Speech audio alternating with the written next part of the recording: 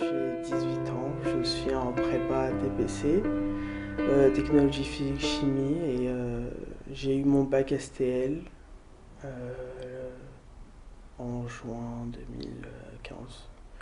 2015. Pour la narcolepsie, vraiment ce que c'est, les seules questions qui peuvent savoir si la personne est vraiment atteinte de narcolepsie ou pas, c'est si on lui pose une question en lui demandant est-ce que assis, tu as envie de dormir? C'est-à-dire que si tu es assise au calme, par exemple après un déjeuner, un repas, est-ce que tu as envie de dormir? Et elle doit savoir, sur une échelle de 0 à 4 dire jamais, souvent, des fois ou tous les jours.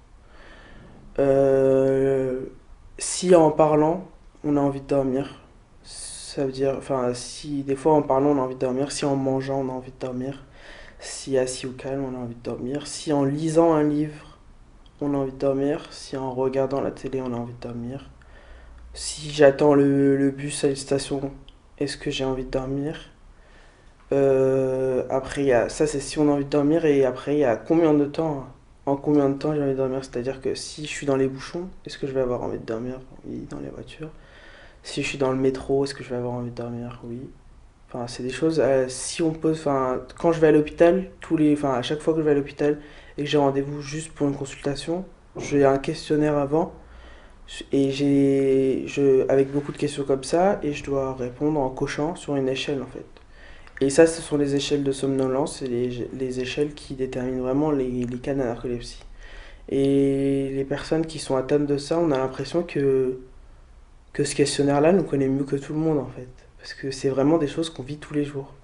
Déjà, j'ai beaucoup de mal à dormir la nuit, contrairement à ce qu'on peut croire quand on dit que la narcolepsie, c'est des personnes qui dorment beaucoup.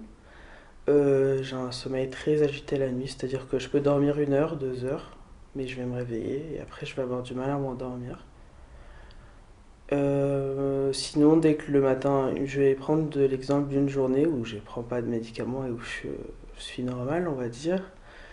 Euh, Quand je suis dans mon lit, j'ai pas envie de me lever. J'ai qu'une envie, c'est de rester dans mon lit. Sauf que si je reste 10 minutes après, je vais encore me rendormir. Et ça s'accumule, ça s'accumule. Si je me lève, par exemple, je vais me lever, je vais prendre mon petit déj et je vais regarder la télé. En regardant la télé, je vais dormir. Je vais me réveiller. Surtout qu'en fait, à ce moment, c'est des moments où je lutte en fait. C'est-à-dire que un peu comme si on n'avait pas dormi depuis des jours et on essaie de lutter, mais on n'y arrive pas. Donc, et puis ce qui est marquant, c'est qu'en fait, quand je dors, j'ai l'impression d'avoir été éveillé en même temps. C'est-à-dire que si je suis devant la télé et que j'entends de la musique et que je m'endors pendant la musique, j'ai l'impression enfin, je sais quelle musique est passée en fait. Et puis je me réveille et puis j'ai l'impression d'avoir raté des moments visuellement, mais derrière, mon oreille entendait les choses. Ça fait qu'en fait, je suis dans une phase de sommeil je passe directement aussi dans le sommeil profond. Euh, les personnes, enfin, une personne normale met 1 h 30 à rentrer dans le sommeil profond. Moi, je suis dans un sommeil profond au bout de 2 minutes.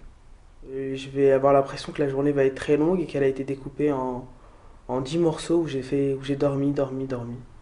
Alors, si je suis à l'école et que j'essaye de suivre, à un moment donné, je vais avoir un coup de barre. C'est-à-dire que voilà, ça me prend, j'ai envie de dormir. Si je lutte, il va y avoir un moment où je vais plus être consciente de ce que je fais. C'est-à-dire que si je prends mes cours, ça m'est arrivé justement au début quand j'ai commencé, quand c'était encore tout nouveau pour moi, je luttais beaucoup. Je voulais plus dormir, je voulais continuer à suivre les cours, mais je perdais 30 minutes quoi. Parce que j'étais entre l'éveil et le sommeil. Des fois, je commençais à écrire n'importe quoi sur ma feuille, je commençais à écrire. Mon cerveau part vraiment dans un autre monde. Je vais commencer à écrire des choses qui n'ont rien à voir avec le cours, un peu comme si je rêvais, et puis qu'en fait, voilà quoi, ça me prend d'un coup.